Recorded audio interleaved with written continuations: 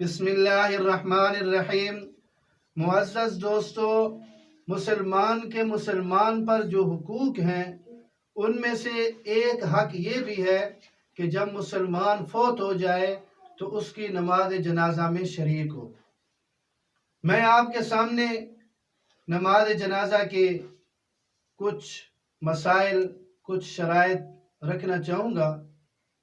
پہلا تو اس بات کو سمجھیں کہ نماز جنازہ کے صحیح ہونے کے لیے دو قسم کی شرطیں ہیں۔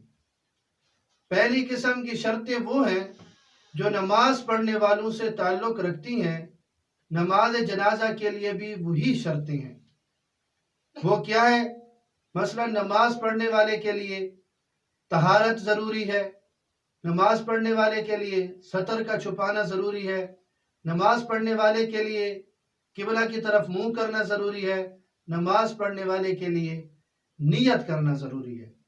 تو یہ چاروں چیزیں میت نماز جنازہ کے لیے بھی ضروری ہیں۔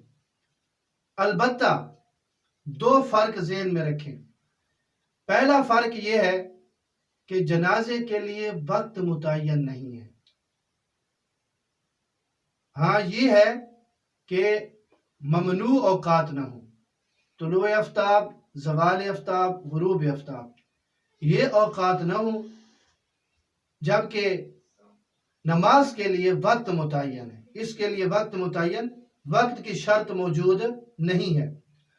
اور دوسرا فرق یہ ہے کہ اگر جنازہ کی نماز نکلنے کا اندیشہ ہو، خوف ہو، تو پانی موجود ہونے کی صورت میں بھی تیمم کی اجازت ہے۔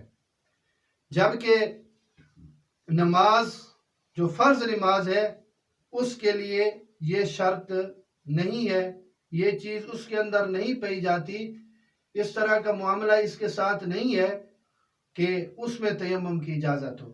اس میں تیمم کی اجازت نہیں ہے۔ فرض نماز میں، نماز جنازہ میں تیمم کی بھی اجازت ہے، پانی کی موجودگی کی صورت میں بھی، جبکہ نماز جنازہ نکلنے کا اندیشہ، ڈر اور خوف ہو۔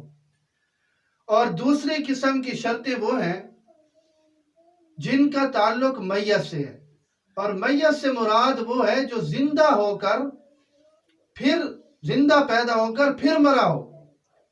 اگر مرا ہوا بچہ پیدا ہوا تو اس کی نماز جنازہ نہیں ہے۔ تو میت کے لیے جن شرائط کا پایا جانا ضروری ہے ان میں سے پہلی شرط یہ ہے کہ میت مسلمان ہو، غیر مسلم کی نماز جنازہ نہیں ہے۔ اور دوسرے نمبر پر میت کے بدن اور کفن کا ہر قسم کی نجاست سے پاک ہونا ضروری ہے۔ اور نمبر 3 یہ ہے کہ میت کے جسم کے ان حصوں کا جن کا چھپانا واجب ہے ان کا چھپا ہوا ہونا، ان کا پوشیدہ ہونا، واجب الستر جو ہے اس کا پوشیدہ ہونا۔ اور نمبر 4 یہ ہے کہ میت کا نماز پڑھنے والوں کے آگے ہونا، اگر پیچھے ہو تو نماز نہیں ہوگی، نماز جنازہ نہیں ہوگی۔ اور 5ویں نمبر پر میت کا یا جس چیز پر میت ہے اس کا زمین پر موجود ہونا، زمین پر رکھا ہوا ہونا۔ اگر ہاتھوں میں کوئی اٹھائے ہوئے ہے تو یہ زمین پر نہیں ہے، گاڑی میں موجود ہے تو زمین پر نہیں ہے، یا کسی جانور کی پیٹھ پر ہے تو پھر بھی وہ زمین پر نہیں ہے۔ تو اس لیے چھٹی شرط یہ ہے، 5ویں شرط یہ ہے کہ میت کا یا جس چیز پر میت ہے اس کا زمین پر رکھا ہوا ہونا، اور چھٹی شرط یہ ہے کہ میت کا وہاں موجود ہونا۔ اس لیے غیبانہ نماز جنازہ وہ نہیں ہوگی۔ اب اس کے بعد آتی ہے کہ نماز جنازہ میں فرض کتنے ہیں۔ نماز جنازہ میں 2 فرض ہیں۔ پہلا فرض 4 تکبیریں کہنا، 4 مرتبہ اللہ اکبر کہنا، اور ہر تکبیر یہ قائم مقام ہے 1 رکعت کے۔ اور دوسرا فرض نماز جنازہ کا قیام ہے کہ کھڑے ہو کر نماز جنازہ ادا کی جائے گی، اور اس میں قیام فرض ہوگا بغیر عذر کے قیام کو ترک کرنے سے نماز جنازہ ادا نہیں ہوگی۔ نماز جنازہ میں واجبات نہیں ہے، البتہ 3 سنتیں نماز جنازہ کی ہیں۔ پہلی سنت یہ ہے کہ اللہ رب العزت کی حمد اور تعریف کرنا، اور دوسری سنت یہ ہے کہ نبی کریم صلی اللہ علیہ وسلم پر درود و سلام بھیجنا، اور تیسری سنت یہ ہے کہ میت کے لیے دعا کرنا۔ اب نماز جنازہ کا مکمل طریقہ، شرائط تو عرض کر دی، فرائض بھی اور واجبات چونکہ ہے نہیں، سنتوں کا بھی ذکر کر دیا۔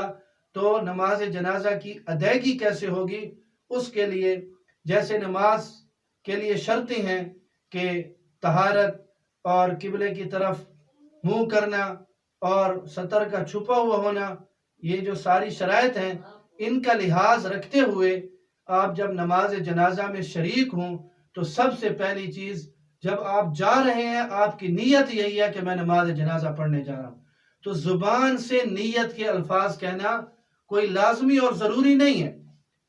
جو آپ کے دل میں ارادہ ہے وہی نیت ہے۔ تو اگر زبان سے کہنا بھی چاہیں تو یوں کہہ سکتے ہیں کہ میں نماز جنازہ پڑھ رہا ہوں اس امام کی اقتداء میں۔ اس کے بعد امام اللہ اکبر کہے گا اور مقتدی بھی اللہ اکبر کہیں گے۔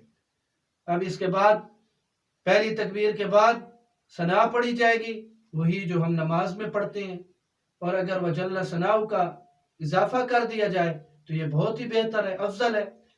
اور پھر دوسری تکبیر، ہاں پہلی تکبیر کے لیے ہاتھ اٹھائے جائیں گے، پھر کسی تکبیر کے لیے ہاتھ نہیں اٹھائے جائیں گے، ہاتھ صرف پہلی تکبیر کے لیے اٹھانے ہیں، ثنا پڑھنی ہے، پھر دوسری تکبیر ایسے ہاتھ باندھ کے ہی دوسری تکبیر کہنی ہے، پھر اس کے بعد جناب نبی کریم صلی اللہ علیہ وسلم پر درود و سلام بھیجنا، پڑھنا، اور وہی درود پاک، درود ابراہیمی جو ہم نماز میں پڑھتے ہیں وہی پڑھا جائے گا۔ اور پھر اس کے بعد تیسری تکبیر کہی جائے گی، اور تیسری تکبیر کے بعد دعا پڑھی جائے گی۔